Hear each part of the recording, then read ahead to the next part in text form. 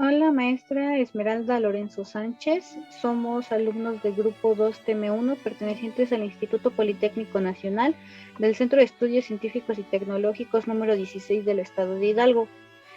La actividad a presentar a continuación es nuestra actividad integradora número 1 de la Unidad de Aprendizaje de Historia de México Contemporáneo 2.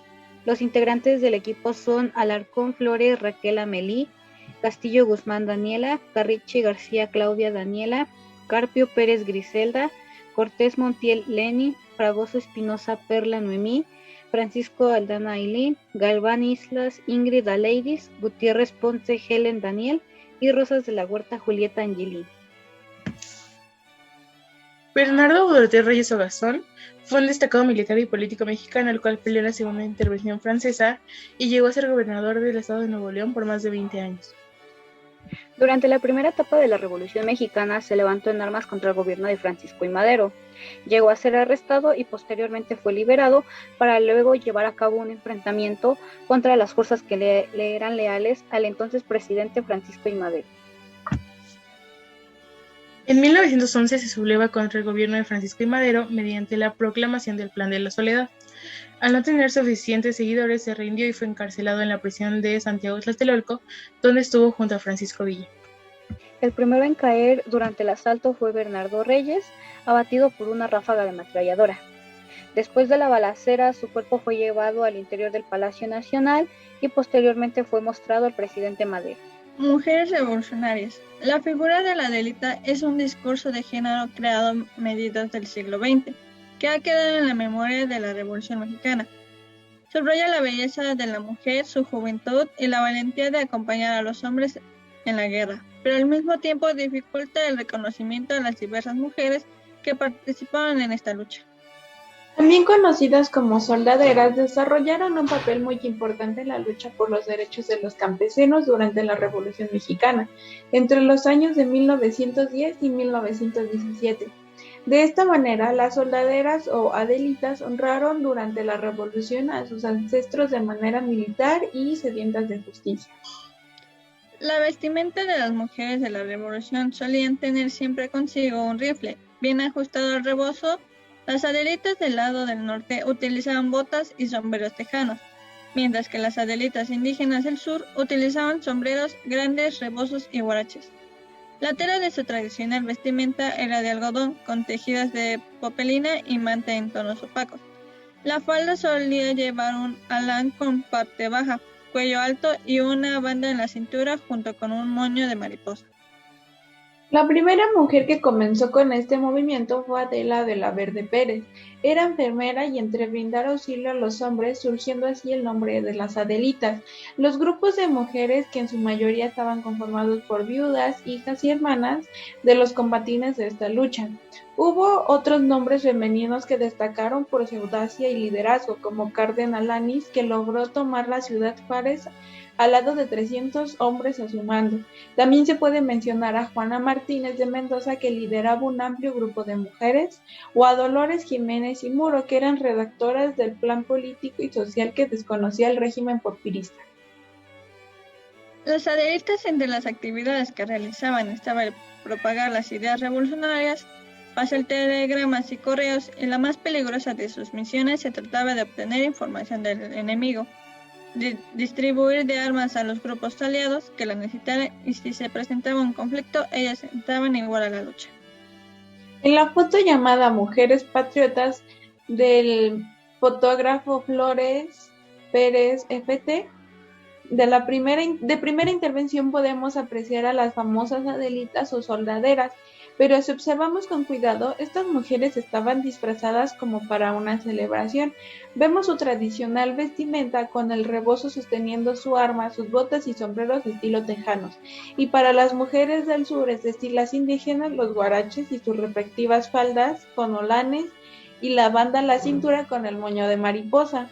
La numeración de las habitaciones del fondo sugieren que estaban en un hotel al momento de la foto. Las adelitas tuvieron un papel muy importante en la revolución, y que a pesar de ser mujeres, sin ellas no se hubiera podido llevar a cabo la revolución. ya que ellas fueron parte fundamental de esta. Ellas cuidaban y les daban lo que necesitaban como servicios médicos y alimentos a los hombres que iban a la lucha. Incluso ellas también estaban dispuestas a luchar con ellos. Fotografía de Agustín Víctor Casasola llamada La Adelita. Su nombre completo es Adela Velarde Pérez, nacida en Ciudad Juárez, Chihuahua, el 8 de septiembre de 1900. Fue criada en el seno de una familia acomodada, era una joven muy bella y alegre. El 7 de febrero de 1913, cuando Adela Velarde Pérez sube por primera vez al tren de enfermería en la ciudad de Chihuahua, su misión a partir de ese momento era atender a los heridos del ejército constitucionalista.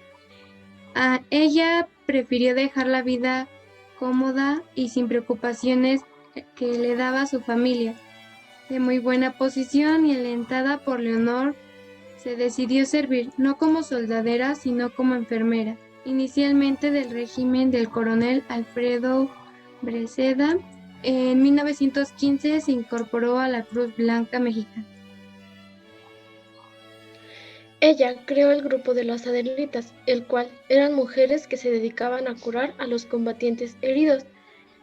La producción agrícola, el uso de armas de fuego y hasta ser parte de estrategias militares fueron tareas que las mujeres desempeñaron en apoyo a la revolución. Sin embargo, por diversas circunstancias fueron obligadas a entrar en combate, rompiendo así los esquemas sociales de aquella época e impulsando tiempo después a una liberación femenina con vista a la democracia. Durante la lucha armada conoció a un teniente villista llamado Antonio Gil del Río. Todas las noches él se dedicaba a tocar canciones de amor en su guitarra frente al tren en el cual Adela dormía. Eran amantes inseparables. Adelita y Antonio tuvieron un hijo. Ella lo acompañaba durante los triunfos del Centauro del Norte hasta 1914, y en la batalla de Gómez Palacio él resultó herido de muerte, también llamado el Batallón de Torreón. Él estaba asistiendo a los heridos y fue alcanzado por las balas, cayó moribundo a los pies de Adela. Ella lo tomó entre sus brazos y su amado le confesó que dentro de su mochila se encontraba un regalo que era para ella, el cual consistía en los versos del corrido que hoy en día lleva su nombre. Adelita tomó la decisión de llevarlo a los músicos para poder comenzar a interpretarlo. En 1965, Adelita llegó a la ciudad del Río, Texas, que se casó con el coronel Alfredo Villegas, que la respetaba y que era viudo. Ella llegó a ser muy amorosa con sus nietos. La doctora Elma Villegas, nieta del coronel, dio información, documentos, fotografías que hicieron posible al doctor José Alberto Galindo, cronista de Zaragoza, escribir el libro titulado Bajo un cielo de metralla, la verdadera historia de la Adelita, que fue editado en 2008. A esta gran soldadera no se le reconoció su valor en el combate, y tras la Revolución Mexicana todos se olvidaron de ella. En 1962 se le reconoció como una veterana de la Revolución y por su oposición al gobierno de Victoriano Huerta. Murió en la más completa miseria en los Estados Unidos en 1971. Hoy en día sus restos descansan en el cementerio de San Felipe en el Río de Texas. Esta fotografía fue tomada el 6 de diciembre de 1914 por Agustín Víctor Casasola. En esta fecha Zapata y Villa fueron a tomar la capital de México. Al llegar al palacio y ver la silla presidencial, Villa comentó a Zapata que se sentara en la silla presidencial. A lo que Zapata se negó, porque él pensaba que los que se sentaban ahí se les iba el piso. Y a Villa no le importó ese comentario y se sentó en la silla presidencial. Después el fotógrafo Casasola tomó esta fotografía. convirtiéndose así en un momento icónico de la historia de México que hasta hoy se recuerda. En la fotografía podemos ver cómo está Villa sentado en el medio en la silla presidencial y a su lado está Zapata sentado en otra silla y alrededor de ellos están los revolucionarios. La protagonista de esta fotografía es Ramona R., la viuda de Flores, quien formó parte de las filas del general Ramón Iturbide después del asesinato de Madero. En la foto se puede ver escrito con letras blancas La Coronela, que era el apodo que ella tenía, y la fecha y el autor de la fotografía. La intención de esta fotografía era resaltar el papel importante de las mujeres para la Revolución Mexicana y cómo dieron paso para la liberación femenina al romper esquemas sociales. Fue tomada en 1914 por Alberto Lón al sur de Sinaloa y forma parte de la colección Isidro Fabela.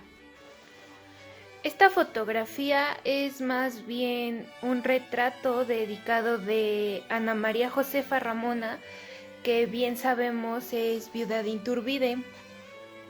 Está dedicado a Isidro Fabela, que si bien recordamos, Isidro fue uno de los intelectuales más importantes para la Revolución Mexicana, ya que tenemos su participación en el año de 1913 al lado de fuerzas constitucionalistas en los estados de Coahuila y Sonora. También por otro lado tenemos su intervención como encargado de la Secretaría de Relaciones Exteriores de Venustiano Carranza. También tenemos sus múltiples gestiones como diplomático en Europa y Sudamérica durante el gobierno de don Venustiano. Es importante señalar que un dato curioso de don Isidro es la coleccionista de fotografías de la Revolución. En la fotografía se puede observar a la señora Ramona, como ya lo mencioné antes, viuda de Iturbide, quien aparece en un retrato de cuerpo semicompleto, portando una Colt 45 en el cinto y una carabina en la mano izquierda, además de ver que tiene 2 cananas. En la fotografía se puede observar que la señora viste de un rebozo de color oscuro. Es interesante esta fotografía porque durante esas fechas no se veía mucho la fotografía de una mujer sola, porque regularmente son mujeres que están acompañadas de hombres. Y es algo curioso porque en esas fechas es muy rara, hasta la actualidad es muy rara la vez que encontramos una fotografía de una mujer que a pesar de que no tiene mucha historia o en la historia no lo remarcan tanto, es algo muy importante. No sé, y a mi punto de vista, como vuelvo a recalcar, es algo muy curioso porque hasta la actualidad es muy rara la fotografía de una mujer que se encuentra y me parece algo interesante, ya que con una simple fotografía podemos saber mucha información en la cual pues en la historia no se da a conocer tanto que digamos.